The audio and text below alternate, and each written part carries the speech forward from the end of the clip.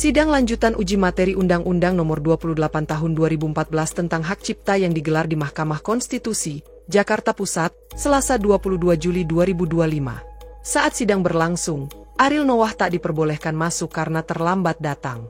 Kehadiran Ariel di MK sebetulnya bukan tanpa alasan. Ia merupakan salah satu anggota dari Vibrasi Suara Indonesia, sebuah kelompok yang menjadi pemohon dalam uji materi UU Hak Cipta ini. Ia juga mengaku, kehadirannya hanyalah untuk memberi dukungan moral untuk Semi dan juga Lesti. Oh iya, memang agak susah sih gue bangun paginya soalnya.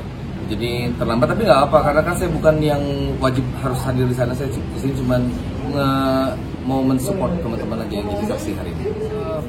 Walaupun bukan hak gue sebetulnya ya, tapi kayak kalau misalnya mau usul, memang ya industrinya itu kan musik lumayan luas ya, lumayan luas dan kejadian-kejadiannya ada banyak hal.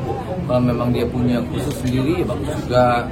Kalaupun enggak, setidaknya ada hal-hal yang bias itu bisa dijelaskan melalui sidang MK ini. Ada sidangnya Agnes sebelumnya kan, yang sekarang masih proses kasasi. Itu keputusan yang sebelumnya itu yang menyisakan sedikit masalah. Jadi berhubung nyanyi itu terjadi tiap hari, sambil menunggu MA-nya kan juga lumayan lama ya. Sedangkan kecemasan penyanyi itu tiap hari ada gitu. Jadi makanya ini dulu yang mesti diberesin sih. Sedangkan kalau masalah ada banyak banget sebetulnya. Belum salah satunya mungkin hak-hak penyanyi juga nanti kontraknya dia sama label, sama manajemen.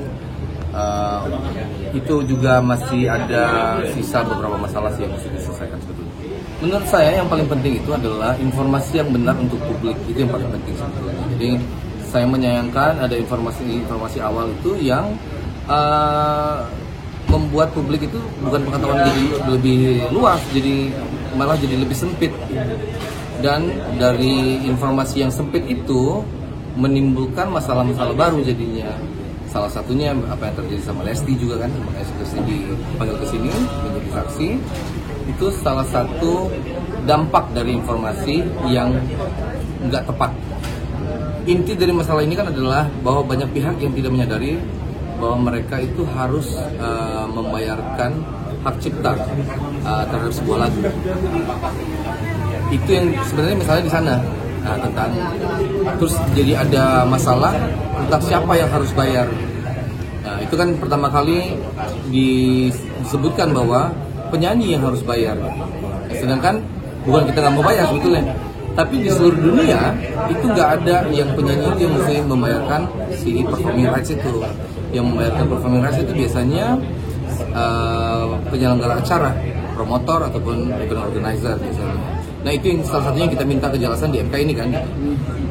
Tujuan kita ke MK bukan pengen menang sebetulnya. Kita pengen jelas, kita pengen diperjelas hal-hal yang diperdebatkan kemarin. Yang kita lakukan adalah oknum. Karena kan apapun profesinya, oknum itu pasti ada aja gitu. Dan kalau bisa jadi di luar anggota aksi yang memanfaatkan itu. Jadi ada pencipta lagu yang nggak tergabung kemana-mana, tapi dia melihat keadaan ini terus dia memanfaatkan. Salah satunya ya Lesti, kan juga penciptanya kalau nggak salah ya.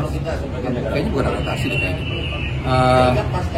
Dia meminta sesuatu yang udah ke belakang dan Lesti mesti bayar. Jadi kayak misalnya Lesti nyanyi di TV, itu bukan TV yang diminta dibayar, tapi mesti Lesti yang bayar gitu sih. Terus Lesti bernyanyi di beberapa tahun yang lalu, diminta pertanggungjawaban buat negara sekarang. Ada juga salah satu penyanyi di Indonesia, dia menyanyikan sebuah lagu di tahun 2023. Terus di tahun 2025 dia diminta untuk membayar apa yang dinyanyikan di tahun 2023. Nah ini menurut kita nggak adil. Kenapa nggak adil? Karena udah kejadian.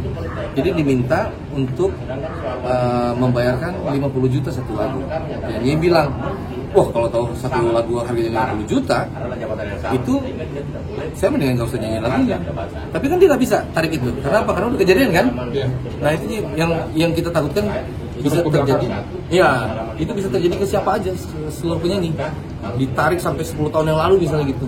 Ataupun katakanlah kalau sesuai dengan ininya dari tahun 2014 sampai sekarang. Nah itu yang berbahaya sih menurut kita. Sangat urgent karena apa? karena menyanyi itu terjadi setiap hari, panggung itu terjadi setiap hari. Nah, dengan ini juga kan sebenarnya ya, kalau mau dipukul rata, itu semua bisa kena. Anak-anak SMA yang mau manggung di pensi itu juga bisa kena. Penyanyi kafe apalagi setiap hari ya, setiap hari mereka menyanyi gitu.